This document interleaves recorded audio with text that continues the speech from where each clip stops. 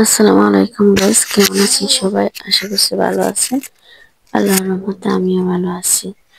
তো আজকে নিয়ে আসছি নানু দাদুদের হাতে হারিয়ে যাওয়া সেই ঐতিহ্য খাবার, যে খাবারগুলা আগে নানু দাদু বানিয়ে খাওয়াতো। আর সেই খাবারগুলোই আমার মেয়েকে আমার আম্মু বানিয়ে দেখালো। তো আম্মু এখন বাড়াবার দিতেছে। বাড়াবার বলতে এই খাবারটা জ্বালা দান দিয়ে করতে হয়।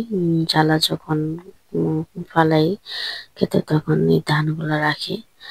তো জ্বালা বলতে ধানের মধ্যে গাছ আসতে হবে, এরকম ধান রাখতে হবে, রেখে শুকিয়ে রাখে।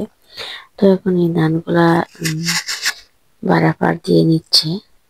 তো নিয়ে তারপর এই যে দেখেন, আম্মু বাড়াবার দিয়ে ঝাড়া দিয়ে নিচ্ছে, তুলে তুলে ঝাড়ছে। তো চাল গুলা, এতগুলা চাল হয়েছে, তো চালগুলা ভিজিয়ে রাখবে। এখন তো চালগুলা ভিজিয়ে রেখেছিল 2 ঘন্টার মতো।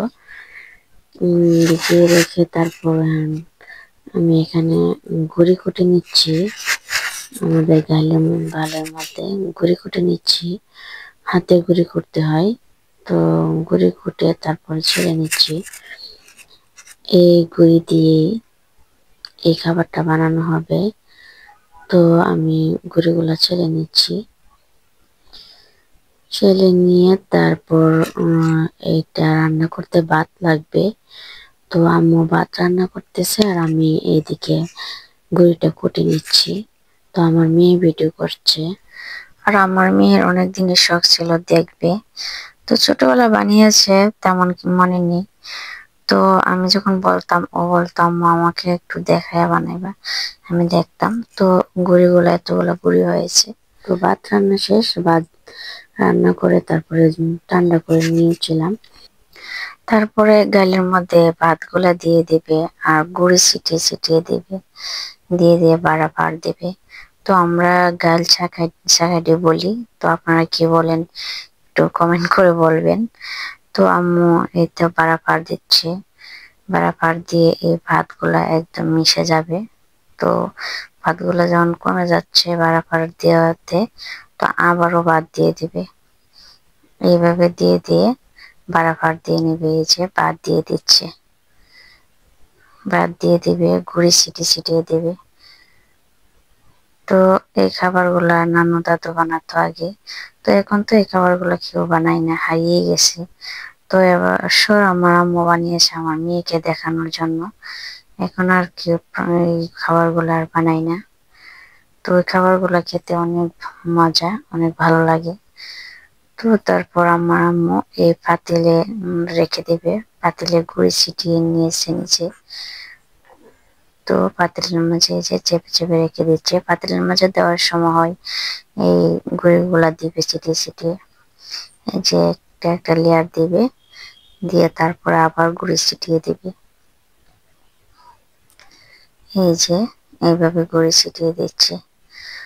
তো এক একটা লেয়ার দিবে আর এইভাবে গুঁড়ি ছিটিয়ে ছিটিয়ে দিবে, দিয়ে দিয়ে চেপে চেপে রাখবে। তো এখন দেখা যাচ্ছে একদম আঠালো আঠালো, এই আঠালো ভাবটা থাকবে না, ছেড়ে দিবে। আর এখানে ভাত রান্না করা হয়েছিল 2.5 কেজি চালের, আর গুঁড়ি কোটা হয়েছিল 1 কেজি চালের। এই গুঁড়িগুলা কিন্তু অনেক মিষ্টি, এই গুঁড়ি দেওয়াতেই এটা মিষ্টি হবে। যারা বেশি মিষ্টি খায় তারা জোলা গুড় দিয়ে খায়, আর যারা কম মিষ্টি খায় এই গুড়ের মিষ্টি চলে। আমি কম মিষ্টি খাই, তাই আমার কোনো মিষ্টি লাগে না।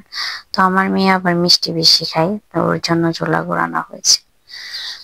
তো এভাবে আম্মু গুঁড়ি দিয়ে একদম পাতিলটা ভরে দিয়েছে একদম সুন্দর করে। এখন কলা পাতা দিয়ে ডেকে দিবে, ডেকে দিয়ে সারা রাত রেখে দিবে। এইভাবে এইভাবে সুন্দর করে কলা পাতা দিয়ে দিবে।